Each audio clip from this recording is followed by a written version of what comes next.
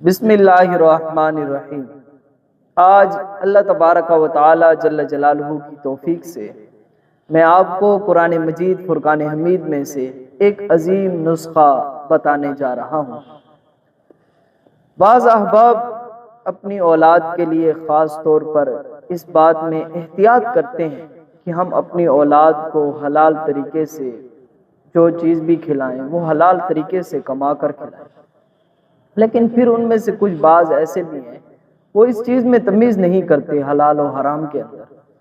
سن لو اور یاد رکھ لو، اللہ کی لا ریب کتاب کا یہ فیصلہ ہے، اگر آپ چاہتے ہو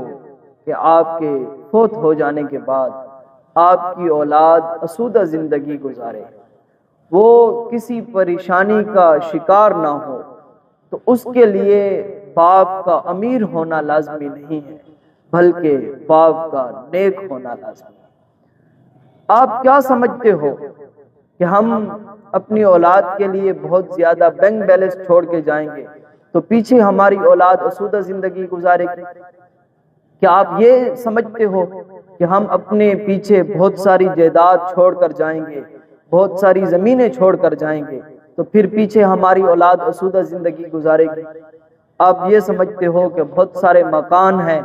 بہت سارے بنگلے ہیں، وہ ہم چھوڑ کر جائیں گے تو پیچھے ہماری اولاد آسودہ زندگی گزارے گی، وہ خوش ہوگی؟ سن لو، یاد رکھ لو، اللہ کی لا ریب کتاب کا یہ فیصلہ ہے۔ اگر تم چاہتے ہو کہ ہمارے جانے کے بعد ہماری اولاد آسودہ زندگی گزارے، وہ پریشانی کا شکار نہ ہو، وہ زمانے کی آب و ہوا اور زمانے کی تپش کا شکار نہ ہو، تو اس کے لیے قرآن مجید فرقان حمید نے بتایا ہے۔ قرآن مجید فرقان حمید کا یہ فیصلہ ہے کہ اگر آپ اپنے پیچھے آپ کی اولاد، آپ کی جان، آپ کی مال اور آپ کے بچے اور آپ کے گھر والے، اس وقت ان کی حفاظت ہوگی جب تم اپنے پیچھے تقوی چھوڑ کر جاؤ، جب تم اپنے پیچھے پرہیزگاری چھوڑ کر جاؤ، جب تم پیچھے اپنے نیک نامی چھوڑ کر جاؤ گے، تب اللہ تبارک و تعالی جل جلالہ آپ کی اولاد کی حفاظت فرمائے گا۔ یہ قرآن مجید فرقان حمید ہے، سورۃ کاف کی آیات مقدسہ ہے۔ حضرت خضر علیہ السلام اور حضرت موسیٰ علیہ السلام کا ایک گاؤں سے گزر ہوا اور گاؤں والوں نے مہمان نوازی نہیں کی، یہاں تک کہ پانی کا بھی نہ پوچھا۔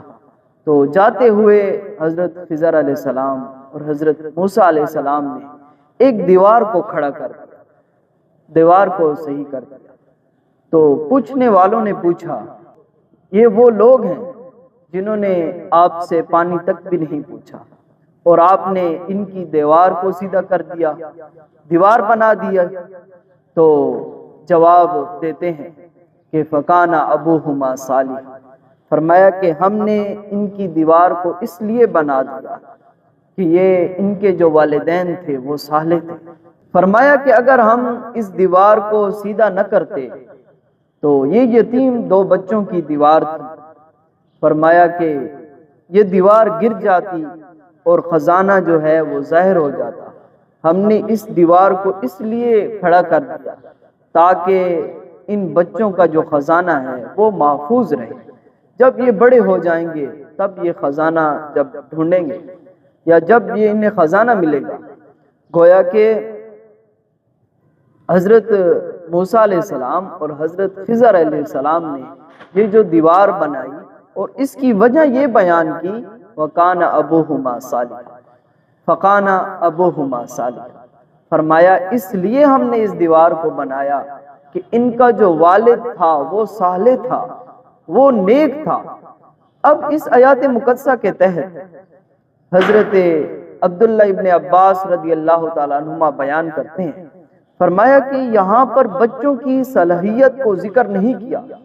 بچوں کی نیک نامی کا تذکرہ موجود نہیں ہے، بلکہ ان کی باپ کی نیک نامی کا تذکرہ یہاں پر موجود ہے۔ فرمایا گمان یہ ہے کہ بچے بھی نیک ہوں گے کیونکہ نیک صالح کے بچے ہیں۔ فرمایا کہ یہاں ان کے بچوں کی بات بھی نہیں ہے، یہاں بات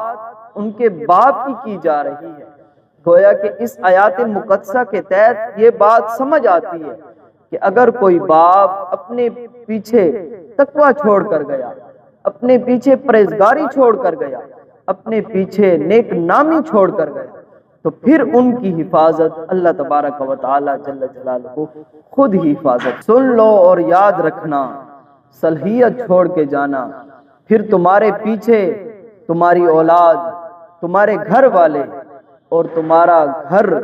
ویران نہیں ہوگا جب تم صلاحیت چھوڑ کر جاؤ گے، جب تم نیک نامی چھوڑ کر جاؤ گے، اللہ کا تقوی اپنے دلوں کے اندر چھوڑ کر جاؤ گے۔ فرمایا پھر پریشان نہ ہونا، تمہارے گھر ویران نہیں ہوں گے، تمہاری فصلیں برباد نہیں ہوں گی، پھر اللہ تبارک و تعالیٰ کی رحمت خود ان کی حفاظت فرمائے گی۔